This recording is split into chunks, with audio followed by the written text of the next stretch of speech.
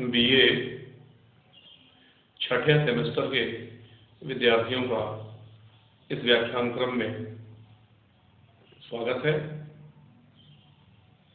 विद्यार्थियों, भारतीय तत्व मीमांसा के विविध विषयों पर अनुशीलन के क्रम में हमने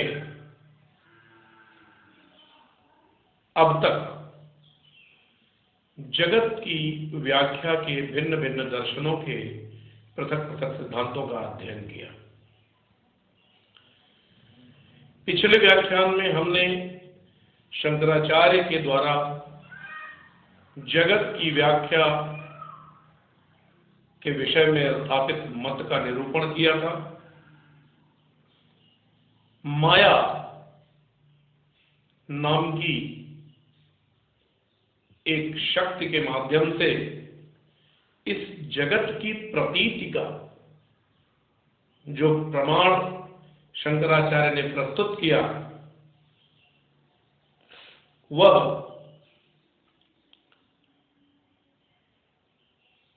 वस्तुतः अनुपम है।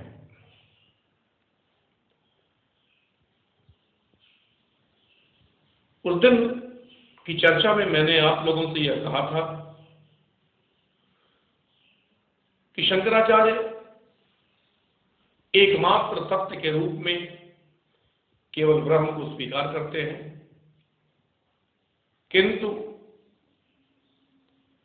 लोक व्यवहार और स्वप्नादि के विषय में भी उनका मत स्पष्ट है। वे अपनी त्रिसत्ता की अवधारणा के माध्यम से स्पष्ट करना चाहते हैं कि सत्ता के तीन स्तर हैं और इन तीन स्तरों में वस्तुतः सत्य केवल और केवल पारमार्थिक स्तर ही है।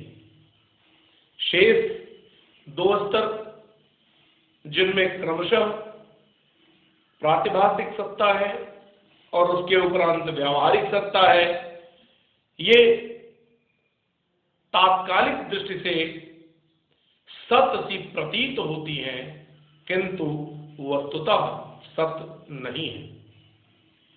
प्रतिभास अर्थात स्वप्नादि दशा, शंकर कहते हैं कि जब तक स्वप्नादि दशा का बाध नहीं है, अर्थात हम स्वप्न में हैं, तब तक हमारे सारे अनुभव यथार्थ प्रतीत होते हैं। किंतु जैसे ही हम स्वप्न भंग की स्थिति में आते हैं, हमारी नींद टूट जाती है, वैसे ही हमें यथार्थ का बोध हो जाता है, अर्थात वह स्वप्न दशा हमें मिथ्या प्रतीत होती है। शंकर कहते हैं कि उसी प्रतिभास या स्वप्न की तरह यह जो व्यवहार है, यह जो जगत है जिसमें हम वर्तमान समय में हैं, यह भी एक भ्रम ही है, अध्यास ही है। यह किंचित उच्चतर कोटि का भ्रम है।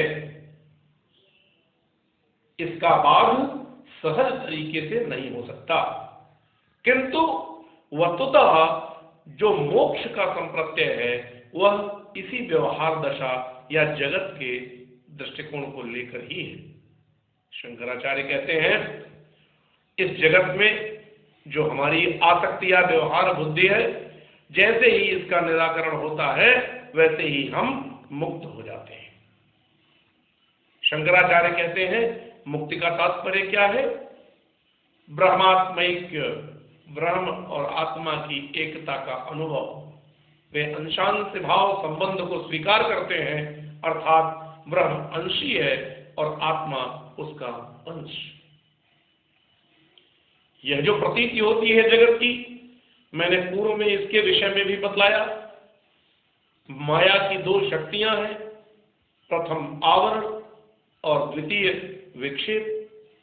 आवरण के द्वारा वह तिरोधान या ब्रह्म के स्वरूप को हमसे तिरोहित कर देती है, हमसे अलग कर देती है, आवृत करती है, और विक्षेप अर्थात प्रोजेक्शन, इस विक्षेप के माध्यम से वह एक अन्य प्रतीति को हमारे सामने लाकर खड़ा कर देती है। यह जगत उसी विक्षेप शक्ति के द्वारा लाई गई एक प्रतीति मात्र है, जो वस्तु ज्ञान से या वास्तविकता के ज्ञान से खंडित हो जाता है। शंकराचार्य अध्यास या इस जगत के विषय में बताते हैं कि अध्यास क्या है। तो वे कहते हैं अध्यास स्मृति रूप परत्र पूर्व दृष्टावभासा, अर्थात ये जो विश्वास के योग्य आभास है जो अभी भाषित हो रहा है, ये बाद में उत्तर ज्ञान से निरस्त हो जाएगा, ऐसा शंकराचार्य कहते हैं। शंकराचार्य के भ्रम का जो प्रसिद्ध सिद्धांत है वह अनिर्वचनीय ख्यातिवाद है। अनिर्वचनीय ख्याति क्यों है? क्योंकि जो न सत्य है न असत्य है वह अनिर्वचनीय ही हो सकता है और कुछ भी नहीं।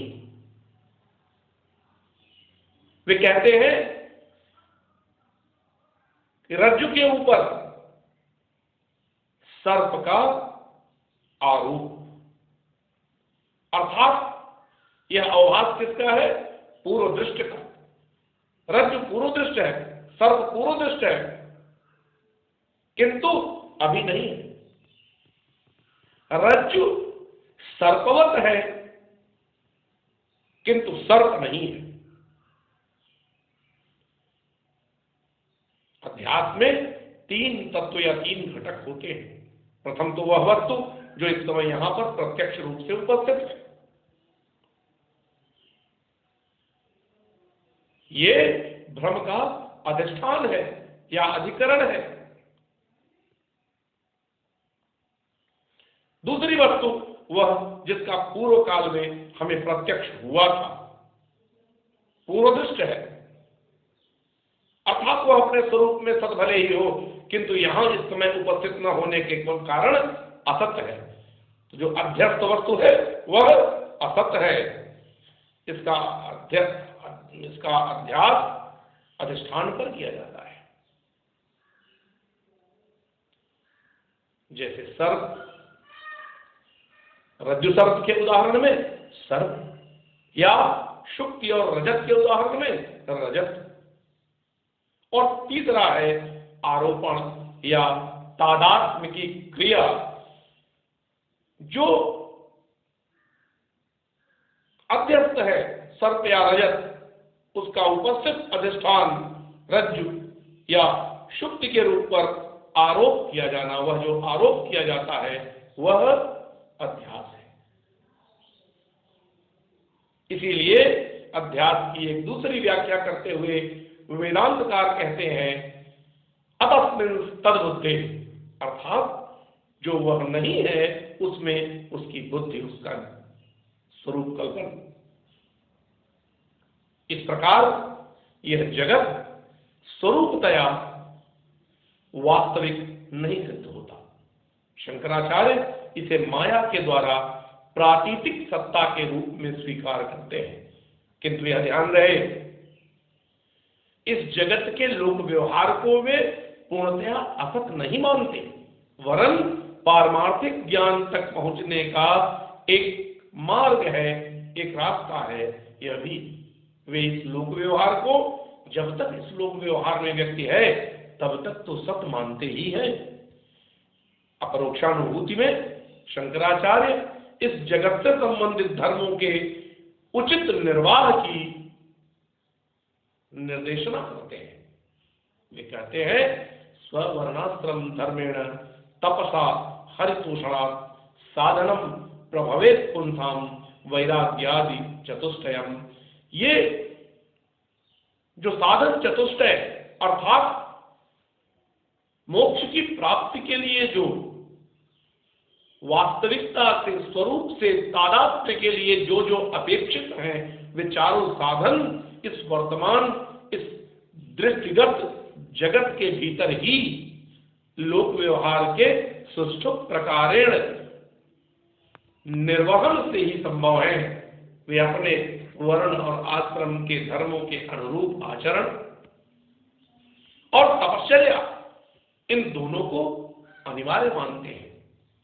वे कहते हैं कि इसके माध्यम से साधन चतुष्टय की प्राप्ति की जानी चाहिए। साधन चतुष्टय क्या है? नित्यानित्य वस्तु विवेक, यह पहला साधन है। अर्थात हमें यह ज्ञान होना चाहिए कि वस्तु नित्य और अनित्य कौन है, क्या है। दूसरा साधन है इह मूत्रार्थ फल भोग विराग। इह माने लौकिक और अमूत्र स्वर्ग आदि में, परलोक में जो सुंदर फल की प्राप्ति या सुख प्राप्ति की कल्पना है, उस भोग की कल्पना से विराग, फल भोग विराग, ये दूसरा साधन है।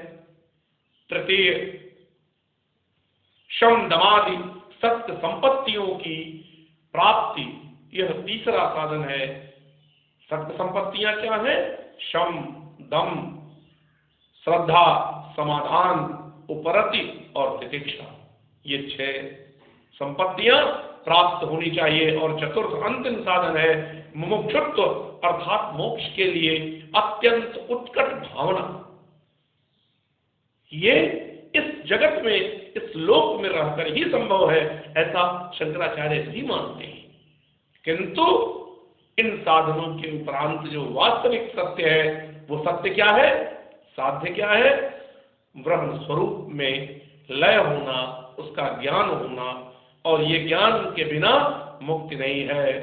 पौरस्त्य चिंतन निष्कंप स्वर में उद्घोष करता है, ऋते ज्ञानान न मुक्ति, अर्थात ज्ञान के न होने पर मोक्ष या मुक्ति संभव नहीं है।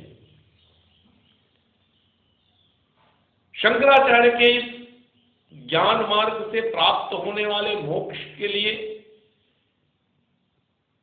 सिर्फ कुछ लोगों का ही मोक्ष संभव हो सकता था, ऐसा मानते हुए बाद में सामान्य प्राकृत जन, निर्बल, अभागे संत्रस्त जीवन वाले मनुष्यों के लिए आचार्य रामानुज ने जिस भक्ति मार्ग का प्रतिपादन किया और विशिष्टाद्वैत दर्शन की संरचना की, उस विशिष्टाद्वैत दर्शन में शंकराचार्य के द्वारा व्याख्यात इस दृष्टिकोण का वह महत्व न रहा। क्यों? क्योंकि रामानुजाचार्य इस जगत को वास्तविक मानते हैं, सत्य मानते हैं।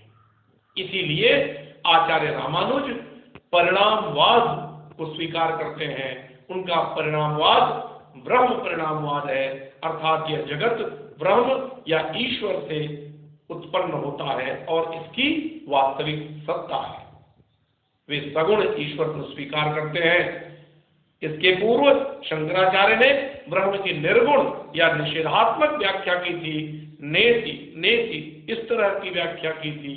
रामानुज इनकी व्याख्या सगुण रूप में करते हैं और वे अपने इस ब्रह्म या ईश्वर के संप्रत्यय को विशिष्ट, चिरचित विशिष्ट स्वीकार करते हैं। वे इसके भीतर गुणाष्टक की स्वीकृति करते हैं और यहां शंकराचार्य के द्वारा व्याख्या उनके प्रख्यात सिद्धांत मायावाद का खंडन होता है, क्योंकि आचार्य रामानुज कहते हैं कि माया कुछ है ही नहीं, वह कोई वस्तु नहीं है, इसलिए उसके विषय में कुछ कहना या उसको किसी शक्ति के रूप में स्वीकार करना ये निरर्थक है। माया के अस्तित्व के विरोध में रामानुजाचार्य जो 7 तर्क देते हैं, उन्हें सप्तानुपत्तियों के नाम से जाना जाता है। वे सप्तानुपत्तियां क्या है?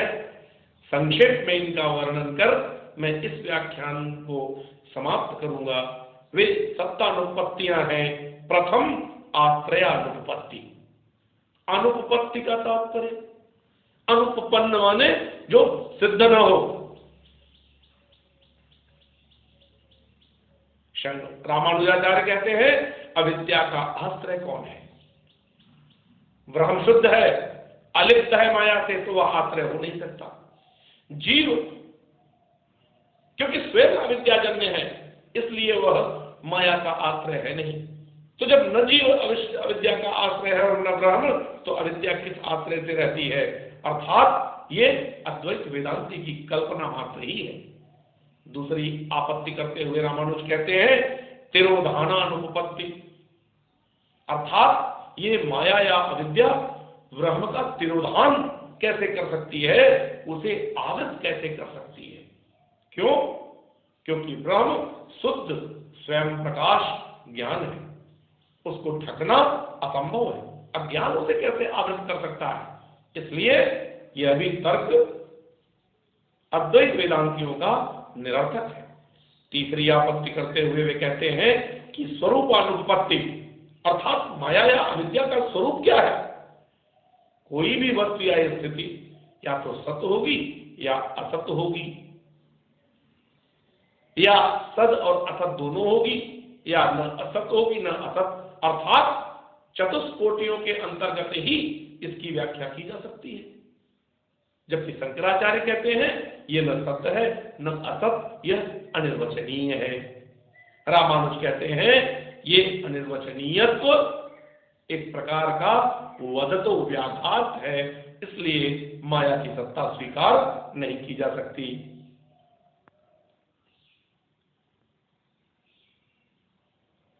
अनिर्वचनीयत्वानुपत्ति यह चतुर्थ आरोप है। वे अनिर्वचनीयता को नहीं स्वीकार करते। इसके पूर्व स्वरूपानुपत्ति के अंतर्गत उन्होंने कहा था कि माया भाव रूप और अभाव रूप दोनों कैसे मानी जा सकती है? क्यों? क्योंकि यदि वह भाव रूप है तो ज्ञान से नष्ट नहीं हो सकती। अभाव रूप है तो वो जगत प्रपंच की प्रतीति कैसे करा सकती है? इसलिए वह स्वरूप से भी अनुपन्न है। पांचवा तर्क देते हुए वे कहते हैं कि प्रमाणानुपत्ति, अर्थात अविद्या की सिद्धि के लिए कोई प्रमाण नहीं है। प्रत्यक्ष, अनुमान, आगम इत्यादि से भी ये सिद्ध नहीं है। इस प्रकार छठी आपत्ति करते हुए वे कहते हैं कि यह निवर्तकानुपत्ति, अर्थात अविद्या का कोई निवर्तक या विनाशक नहीं है। क्यों? अद्वैती क्या मानते हैं? अद्वैती मानते हैं कि निर्विशेष ब्रह्म ज्ञान अविद्या का निवर्तक है, किंतु ब्रह्म निर्विशेष तो है नहीं। रामानुज की दृष्टि में वह सगुण और सविशेष है, क्योंकि ज्ञान सदा सविशेष वस्तु का होता है। इसलिए निर्विशेष ब्रह्म ज्ञान के अभाव में अविद्या का कोई निवर्तक संभव नहीं है। और अंततः वे सातवीं आपत्ति के रूप में निवृत्त्यनुपत्ति की बात करते हैं कि अविद्या की निवृत्ति संभव ही नहीं है। क्यों? क्योंकि अद्वैती अविद्या को भाव रूप मानते हैं और जो भावात्मक है वह ज्ञान से निवृत्त नहीं हो सकता।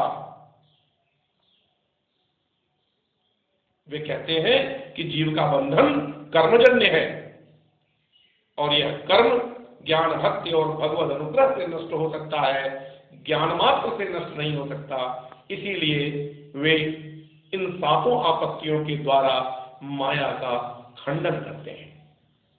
विद्यार्थियों, मैंने आपको पूर्व के व्याख्यान में इस जगत के स्वरूप के संबंध में अद्वैत वेदांत के विचार बताए थे और आज के व्याख्यान में मैंने आपको उस पूर्व की स्मृति दिलाते हुए आचार्य रामानुज के द्वारा इस शक्ति से अर्थात माया से प्रतीत होने वाले इस जगत के स्वरूप का, इसकी प्रातीतिक सत्ता का तिरस्कार कर इसकी वास्तविक सत्ता का प्रख्यापन बतलाया। आचार्य रामानुज इस जगत को वास्तविक मान और ईश्वर को सविशेष सगुण मान प्रपत्ति तत्व का प्रतिपादन करते हैं और वह प्रपत्ति समूचे विश्व में, अखिल ब्रह्मांड में सामान्य त्रस्त, दुखी, कुंठित व्यक्तियों की मुक्ति का न केवल माध्यम बनी वरन पीड़ा शोध का कारण भी बनी।